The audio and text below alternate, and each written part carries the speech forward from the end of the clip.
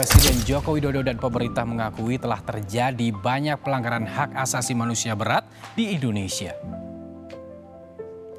Dalam paparannya, Presiden Jokowi menaruh simpati kepada keluarga korban pelanggaran HAM berat. Pemerintah menjamin akan memulihkan kembali hak-hak para korban secara adil dan bijaksana. Komnas HAM menduga terjadi pelanggaran HAM dalam bentrok penolakan PSN Rembang Eco City yang terjadi. Pernah nggak sih kalian itu masih diperlakukan tidak adil? Misalnya pernah dibully, pendapatnya dibungkam, atau haknya itu nggak dihargai. Nah, hal-hal itu tuh berkaitan dengan HAM atau hak asasi manusia. Apa sih HAM itu? Sini aku jelasin. Halo semuanya, kenalkan nama aku Kesha Putri Sakina. Nah, di sini aku bakal jelasin sedikit tentang HAM atau hak asasi manusia. Nah, apa sih HAM itu? HAM adalah hak dasar yang dimiliki oleh setiap manusia sejak lahir dan itu wajib dihormati oleh siapapun termasuk negara. Nah, di Indonesia HAM ini sudah diatur dalam Undang-Undang Dasar 1945 dan juga Undang-Undang Nomor 39 Tahun 1999. Nah, dalam Undang-Undang Dasar 1945, HAM itu sudah diatur dalam beberapa pasal. Misalnya nih, yang pertama ada pasal 28A tentang hak untuk hidup.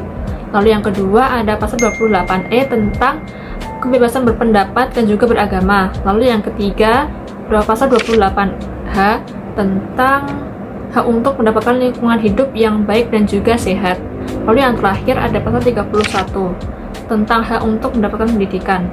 HAM ini bukan cuma soal kebebasan untuk berbicara, tetapi juga hak untuk mendapatkan pendidikan, pekerjaan, kesehatan, rasa aman, dan juga perlakuan yang adil. Nah, karena itu pemerintah ini membentuk sebuah lembaga yaitu Komnas HAM untuk melindungi semua hak masyarakat. Lalu apa aja sih contoh HAM di Indonesia pada saat ini? Nah, di sini aku akan memberikan beberapa contoh. Yang pertama itu tentang bullying dan juga kekerasan di sekolah. Nah, belakangan ini banyak banget ya berita tentang bullying di sekolah yang viral di media sosial. Mungkin salah satu kasusnya itu tentang perundungan siswa yang menyebabkan korbannya itu mengalami trauma dan bahkan harus pindah sekolah. Nah, padahal kan setiap anak itu mendapatkan hak untuk rasa aman dan juga perlindungan dari kekerasan. Dan hak anak ini juga dilindungi oleh negara. Karena itu, sekolah dan masyarakat harus ikut menjaga lingkungan yang aman bagi seluruh siswa di Indonesia. Nah, contoh lainnya adalah saat kita berpendapat di medsos atau media sosial. Saat masyarakat itu melontarkan atau menyampaikan kritik kepada pemerintah secara sopan dan bertanggung jawab, itu sudah termasuk bagian dari HAM. Namun, kebebasan itu juga ada batasnya. Dalam pasal 28J diatur bahwa setiap orang itu harus menghargai orang lain dan juga menjaga ketertiban umum. Jadi, kita itu boleh berpendapat secara bebas, tetapi tidak boleh menyebarkan hoaks, ujaran kebencian, atau sampai menghina orang lain. Nah, lalu contoh yang terakhir itu adalah tentang korupsi dan juga ketidakadilan. Nah, kasus korupsi itu berkaitan dengan HAM. Mengapa?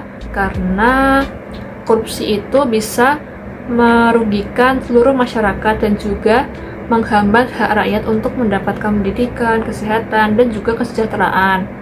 Nah, di dalam modul yang saya baca itu ditegaskan bahwa penegakan hukum yang tidak adil dan juga praktik korupsi itu merupakan salah satu masalah HAM di Indonesia.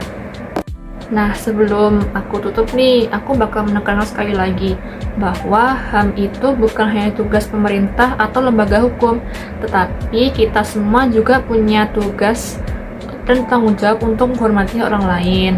Nah, kita bisa mulai ini dari hal sederhana seperti tidak membuli, menghargai perbedaan, tidak menyebarkan kebencian, dan juga berani membela kebenaran.